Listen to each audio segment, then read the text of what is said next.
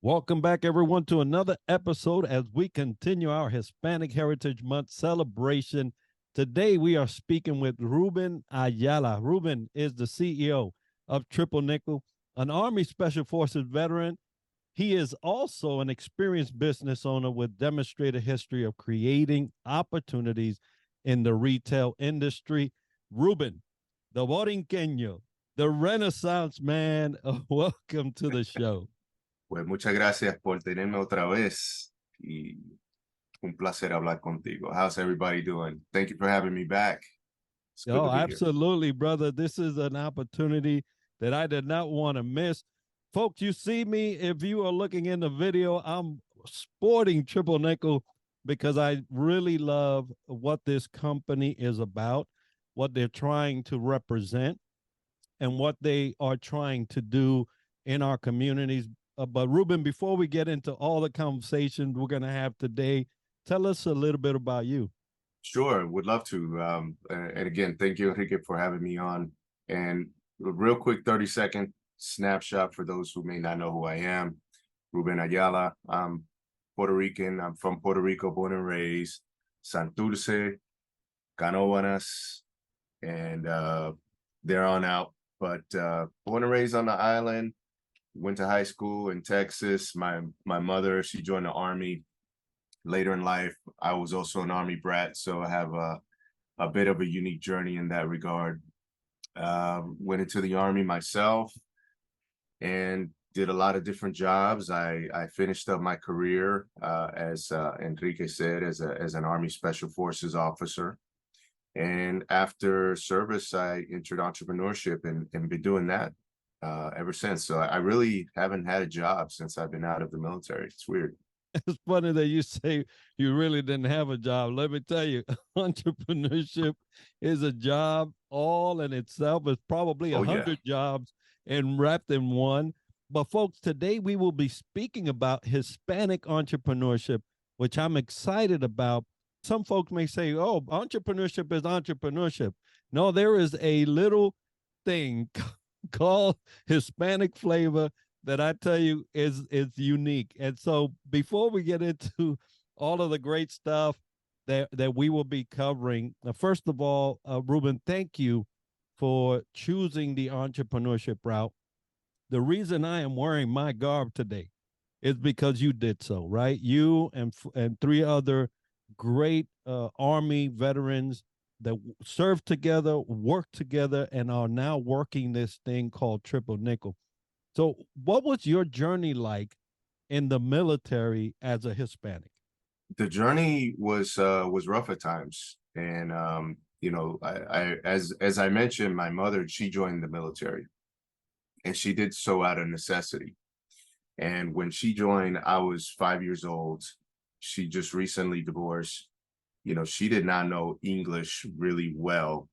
And like we were talking before the show, her, myself, my grandmother lived in a high rise in Carolina, Puerto Rico, and in a 1-bedroom apartment. And she decided to join the Army just to create a better life. You know, we'll talk about that a little bit, what, you know, this entrepreneurship and being Hispanic and what that comes with it. So joining the Army, for me, looking at my mother doing it, it was never at a sense of this patriotism. It was a sense of creating an opportunity. So watching her learn English, having the struggle in the early 80s, bringing us to the United States, having to learn English myself, focusing on not having an accent, being as American as I can, and shedding some of that baggage that we had. I had just a different viewpoint from the time I was as a youth. So by the time I came into the Army, I'll say all that to say is I had this perception, you know, going in, I had to lose a lot of my heritage when I came in. So I always found myself just trying to, you know, shapeshift into what I thought that a good army officer should be, or an army soldier should be. But as I got later in my career, I realized that a lot of those things that were stigmas in the early 80s, maybe late 70s, were now, you know, almost superpowers, you know, because you are able to empathize, because the military is so unique in that it's so diverse. So you're able to identify with so many different people. And I was able to reach back in and just kind of find myself again. So so looking at it as that proposition of, you know, what was it like being Hispanic? At times it was difficult because I didn't know how much of myself I could be, you know, because I was always towing that line of how I was raised. But later in my career, it became more of a as a strong point for me. I don't know if that makes sense. No, I absolutely agree and can relate. That shedding is the reason why sometimes we're so eloquent when we speak.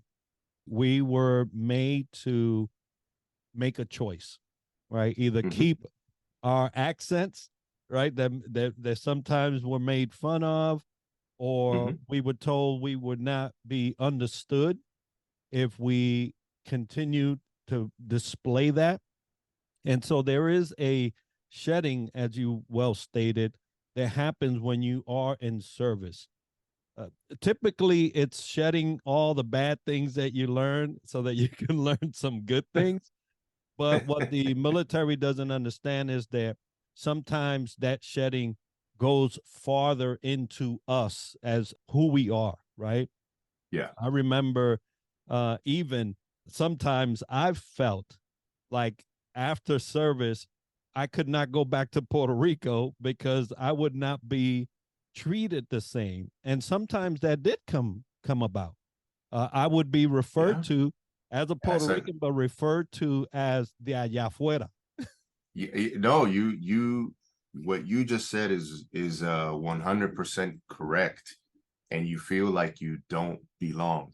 Um, and it's, you know, I was thinking of the term and I forgot the term, but you know, the term is called code switching, and it's you're constantly in code switch mode, because in the military, especially as the higher you go in rank, you know, you are expected to be a certain way, and then when you go home, you're expected to be a certain way.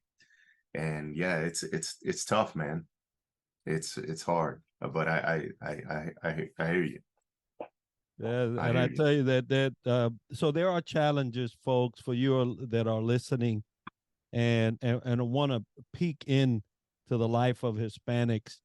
There is a lot of adjustments that we have to do on a daily basis, sometimes during the entire day, to even feel like we are contributing at the right level. And sometimes that is missed by many people and underestimated as how much we have to adjust just to feel like we're part of the community or the environment or organization at times.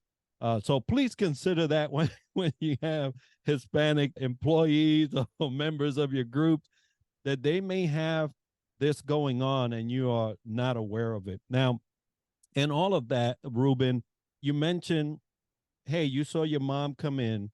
She had to learn some things. This was a way of promoting a better life. So when did the entrepreneurship bug begin for you? Because I know it just didn't happen right after service. Something and somewhere you may have said, you know what, I'm that flavor. Yeah, it happened actually early on, and everything goes back to, you're talking about this Hispanic entrepreneurship. And when I was really fortunate, my mother, she got stationed early on. We got to go to Germany, which was a whole new experience. So, you know, I'm perfecting my English. I'm learning a new culture. But the dynamic when you go overseas like that, for those who haven't been, is you become really tight, you know, within certain communities. And the folks from the Caribbean, it was a tight community. So, you know, the Panamanians, the Jamaicans, the Dominicans, we all hung together. And one thing that I saw frequently is everybody had a side hustle. My mom, she had 2 side hustles growing up. You're an E4 trying to support a family in the early 80s, the dollar just doesn't go a long way.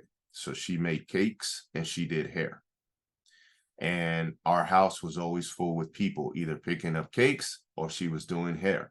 So for me, I observed that, and I never understood until probably when I was a preteen why she's in the army. Does she have to do this? I go spend the night at my friend's house. Her mom is doing her, or you know, his mom will be doing hair or doing something. So every family, they're coming over to play dominoes, somebody's got a side hustle. So these are things that I observed specifically within our community because we were so tight. When we came stateside and I started high school, it just expanded. You know, my mother kept doing the hustle, and, you know, I think that just inadvertently, that just fell on me to look to do that. She did hair, I started doing hair. And then naturally you just gravitate towards people who have that tendency. And as I went to college, I continued that, and I got with people and started my first venture, which was promoting nightclubs and hosting parties at nightclubs.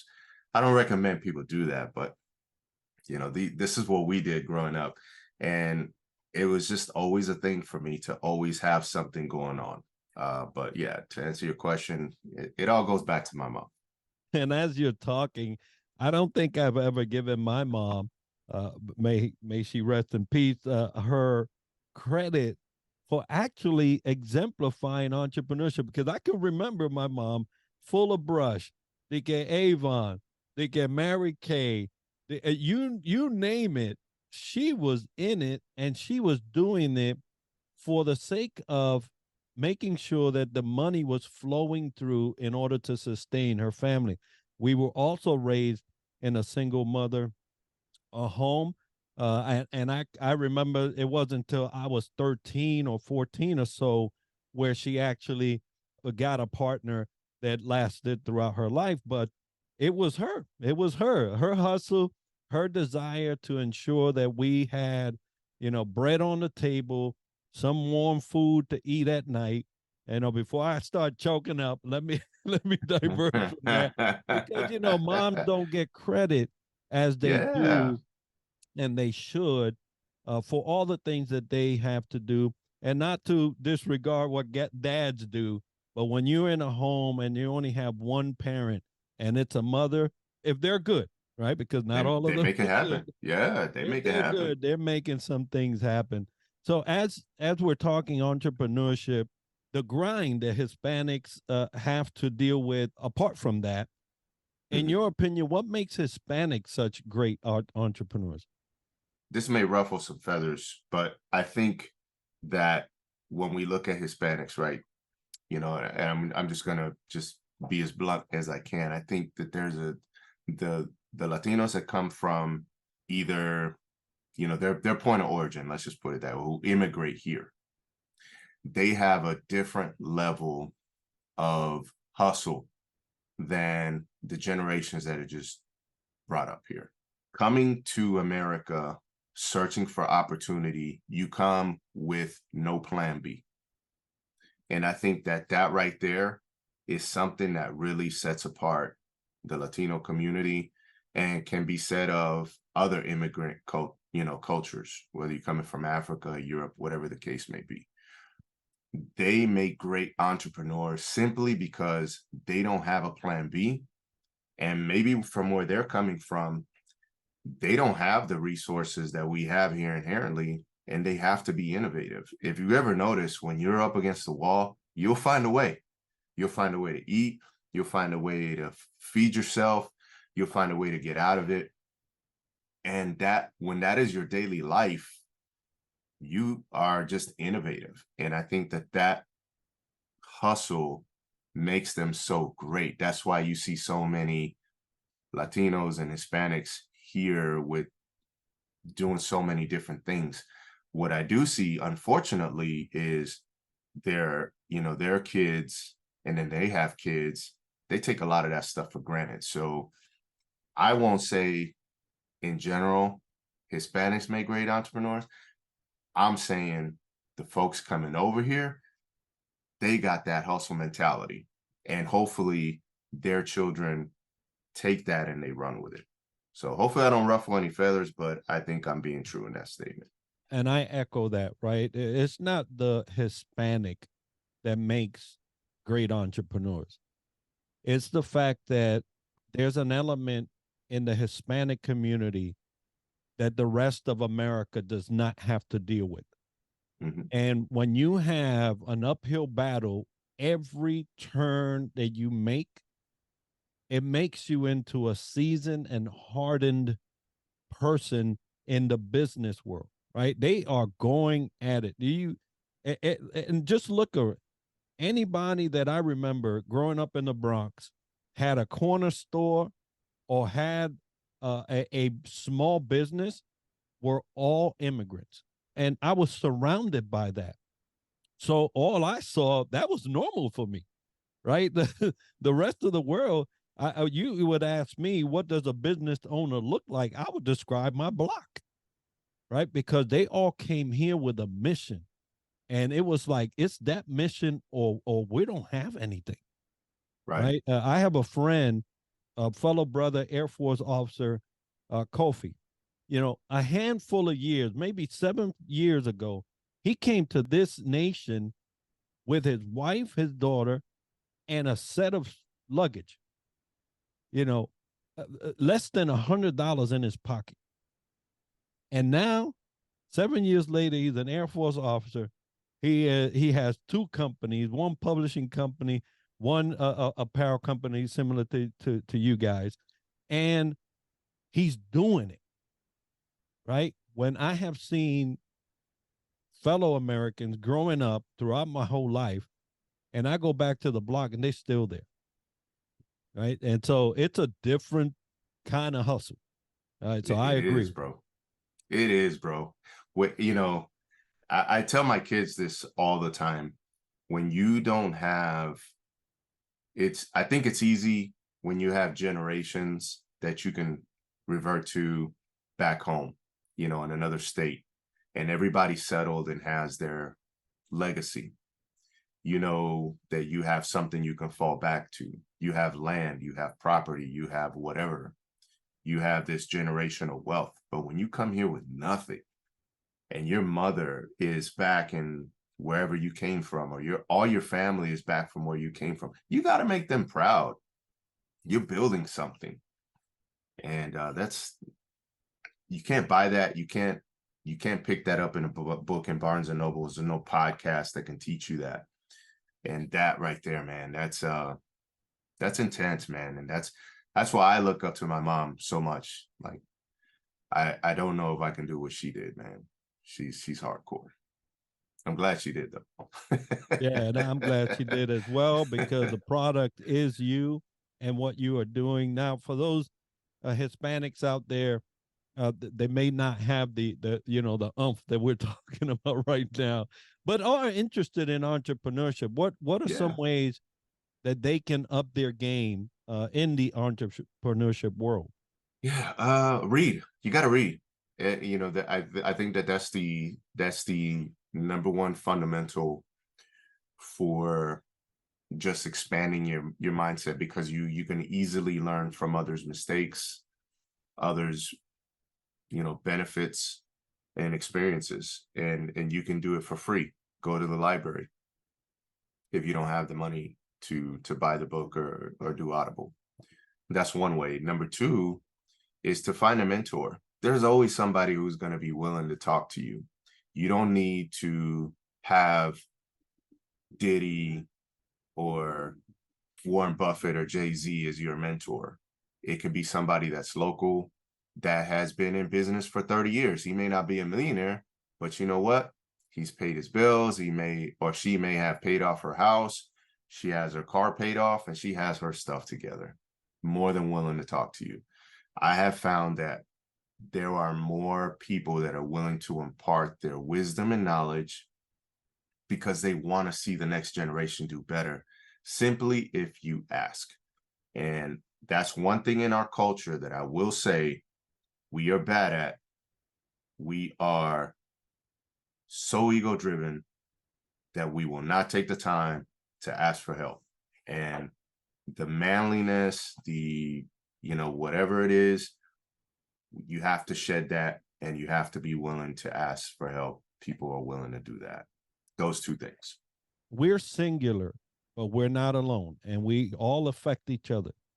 Even when we don't do something, we affect each other, right? So the Yeah. absence and the void of an action does not mean no impact. You will have an impact. It may just be negative. So the best thing that you could do, and Ruben, that's one for me, right? I have a stack full of books that I have to get through. And it's one of those things that I'm looking at the size of these books. I'm like, well, that's kind of big. Where's the one with the pop-up pictures, right? but but it is one of the elements in entrepreneurship that must be enacted. You have to put this inside of your daily planner, something Yeah. that you read that day, something. It doesn't matter if it's a short thing or a big thing, whatever it may be. Reading is where you get other people's perspective, regardless of the time. And that's what I love about that. This journey, this time in my life, I've invested into depositing my knowledge into books for two reasons. Number one, someone else can read that whenever they want.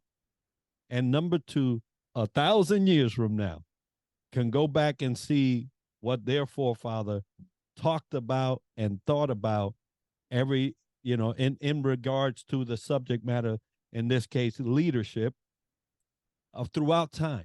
And so those were two, that was a task and a point for me, a goal for me. And thankfully I've been able to attain that. But reading is crucial to any endeavor where you want to go from point A to point B. Right? Absolutely. Absolutely. I don't think we, as a community, focus on that enough. It is so fundamental, man, to taking tests, getting out of high school, going into college, man, whatever it is that you want to do, reading is so, so, so important. Always number one on my list. I agree. Hispanics are big in community. We love to get together. We love to have that music going. We love the food going around. We are very big in community. But what we're not big in is developing communities. And what we do is we are okay with getting together, but there's no fruit from that, right? And so I see a lot of camaraderie. I see a lot of love being shared. I see a lot of laughs being shared. I see a lot of development of family, and in that sense, the values of family. But we have a power that we're not tapping into, and it's the actual affecting the community that we live in. I don't know if it's just the nature of our current state to just kind of like be, don't mess with nobody, nobody mess with you. But we have an opportunity there that I think that we're missing. So how can Hispanics contribute to their communities to make them better? That is definitely tough. And I would say so with Latinos, as opposed to all other ethnicities, we have probably the most difficult time in doing this simply because we have so many cultures within one ethnic group. And what the Mexican community needs, because I'm in San Antonio, so it's a very big Mexican community. The Mexican community needs may not be what the Dominican community needs that's in New York. And, at the local level, well, let me start by saying this. At a macro level, Latinos are going to be the biggest majority group in the United States. I think by 2025, if I recall correctly, the statistics, we will be the majority. which is mind-blowing. However, we really don't hold any economic power. So you're the majority, but when it comes down to actual political and economic power, you don't have that. So when it comes to organizing within your community, we cannot have crabs in the barrel mentality, which is, well, this is your and this is mine. We can get together, we can dance, like you say. We can cook some tamales, we can cook some pasteles, we can do this, listen to Bad Bunny. But when it comes to pulling our money together, making the community better, running for office, you know, being lobbyists, whatever the case may be, you don't see a lot of that community organizing. And I think that that's important, is having those leaders that can rally each other and be empathetic to the different cultures within the different ethnic groups in the Latino genre or, you know, culture umbrella.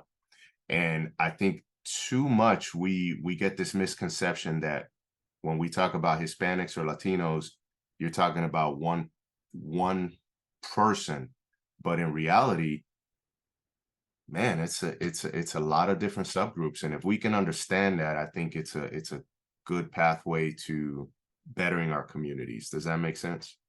Absolutely. And, you know, when you mentioned that whole scenario, the first thing I think about is this very month that we are celebrating, Hispanic Heritage Month, has a lot of, in the United States, has a lot of Mexican colors.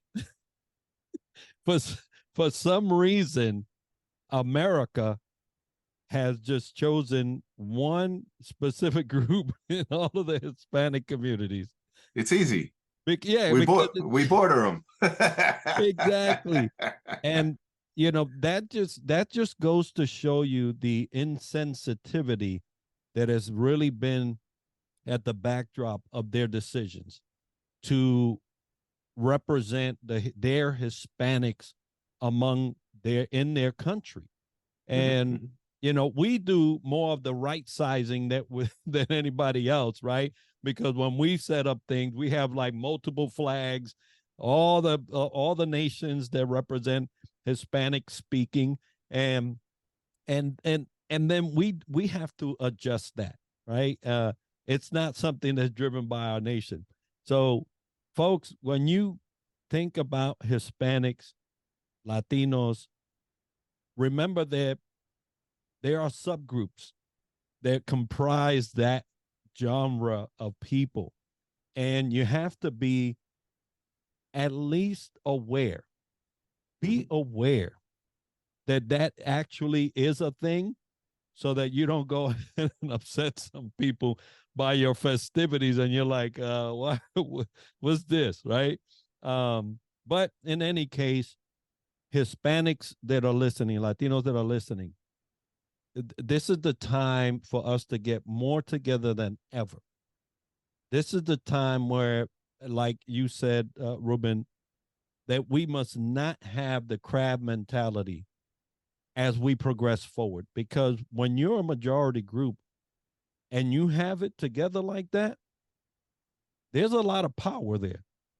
But your power is voided if we go into this crab mentality. So, para todos mis latinos, los hispanos que están allá afuera, es tiempo de organizarnos y ser una persona, right? One mind, one accord, man, and we could really do some benefit to this world, and that's what I hope to see here. Now, Ruben, you have Triple Nickel.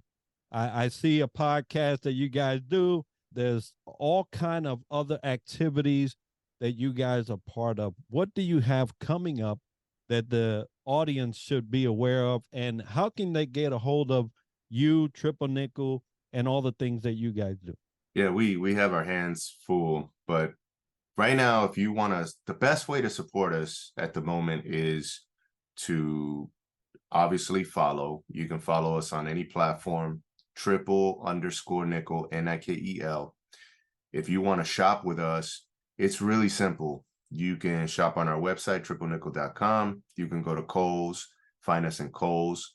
KOHLS. You can go to AFES now, AFES. So My Exchange. You can find us there. You can go to Amazon. You can find us there. So we've been really busy just trying to expand our footprint, cast the biggest net as we can, and grow our presence.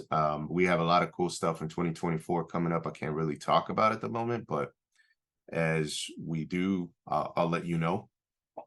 But yeah, follow us on social. That's the best way you can support. And maybe subscribe to our newsletter, and we have a lot of cool blogs that we drop, some controversial stuff, and we just speak our minds openly there. All right, folks. Well, we'll make sure to have all the links necessary for you guys to follow Ruben, follow Triple Nikel. As you can see on my hat, right? You see that? That's the Puerto Rican flag right there, right? Yeah. I loved this hat when it came out. I was like, wow, finally something that has my nation on it, my people represented on it. But I will make sure that all those links to be there on the video and the show notes for you guys to be able to purchase things. I'll also add a link that gives you a certain discount through the TLV network, and make sure that you have that opportunity to get some great gear. Ruben, it has been a pleasure, brother. Un placer, mi hermano. Para todos los latinos allá, mire, búsquese su gorra. For those Puerto Ricans out there, get yourself a hat. They have other shirts that say Latino and all kinds of other things that are just wonderful to wear during this time of season as we celebrate Hispanic Heritage Month throughout October into the 15th. And we would love for you to support them. Folks, today's episode is sponsored by Fantail Services and Superpass, which power our website and app, Southern Sweet and Sassy Coffee in Harchester, London. If you've enjoyed this episode and learned something interesting about the topic covered today, make sure to subscribe and let us know by leaving a comment. And we're always looking for new ideas and guests that can add to our show.